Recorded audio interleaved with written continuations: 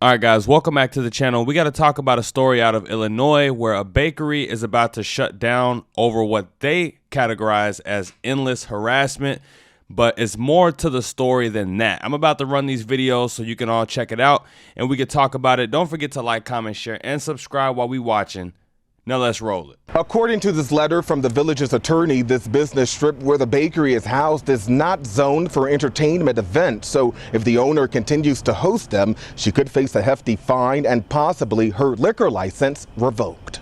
So when you're done, you can do it. On a Saturday evening, But what hasn't happened is the question. business at Uprising Bakery and Cafe So they have like the best gluten-free pastries. showing remnants of support. She's been through a lot, and just when you thought that she was past the hump, it seems to be snowballing on her. These empty seats were supposed to be filled for Disney karaoke night. That event abruptly canceled as future ones are now in jeopardy, following a letter sent to owner Karina Sack on Thursday from the village of Lake in the Hills. Any and all events here need to cease immediately.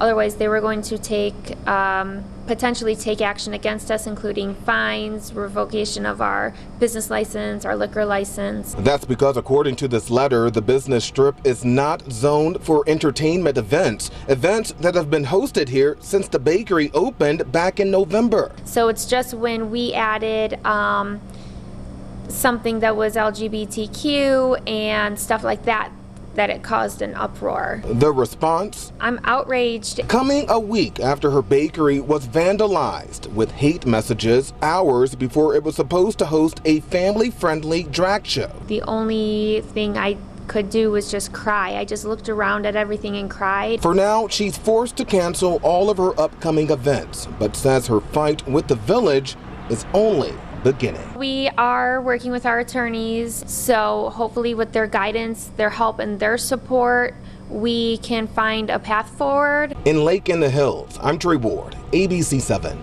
Eyewitness News. The village of Lake in the Hills released a statement tonight saying in part that the issue is about a business conducting activities it never had a permit for. The village president also says that there is no discrimination on the part of the village and it's solely acting to enforce its zoning regulations to protect the interests of all the businesses and residents in the area around Uprising Bakery. Amazing. A piece of plywood that was used to cover the vandalized broken windows last summer is now the centerpiece of art at the Uprising Bakery and Cafe. It contains messages from dozens of supporters, including Governor Pritzker. But the signatures are not quite enough to keep the business going. No one wanted to be associated with us at that point. We were just almost like a black sheep because they knew that if they supported us, they then too would get backlash. The problems began when the owner made plans for a drag show to bring in new customers last summer. That prompted vandalism and protests as the owner found herself in the middle of a debate about LGBTQ plus community rights. Karina Sack says while she gained some support, she also lost business from many longtime customers, to the point where she made tentative plans to close at the end of this month unless she could raise $30,000 to pay rent and other expenses. It's been pretty tough because a lot of the revenue streams that we had built in place as security nets and whatnot, really important and essential to our business, we lost. Now supporters are trying to help raise money to keep the bakery in business. State Representative Suzanne Ness started a campaign called Rise Up for Uprising. It's hard enough to run a business, but to have to do it in the face of so much hatred and opposition and the kinds of obstacles that this bakery and this owner has been dealing with. I would do it all over again in a heartbeat. I'm standing up for what's right and for people who don't have voices. The owner says she believes there's a good chance that donors will come up with enough money for her to keep her doors open, but she says she doesn't want to accept that money unless she's confident she can keep the business going for the long haul. She plans to decide by the end of the month.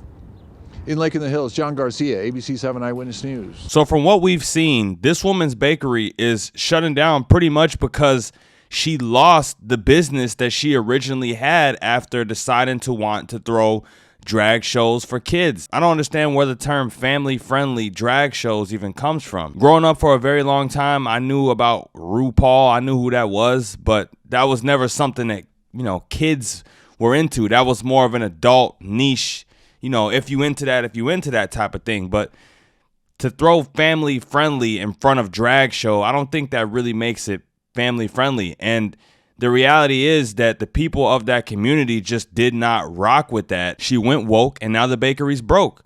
You know, there are places in Illinois, mostly near Chicago, where you could do stuff like this, and I'm sure you would get a lot of support.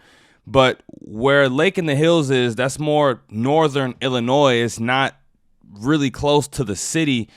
You know, that those are different types of people out there. You know, once you get away from the city, things get a lot less liberal and a lot less free.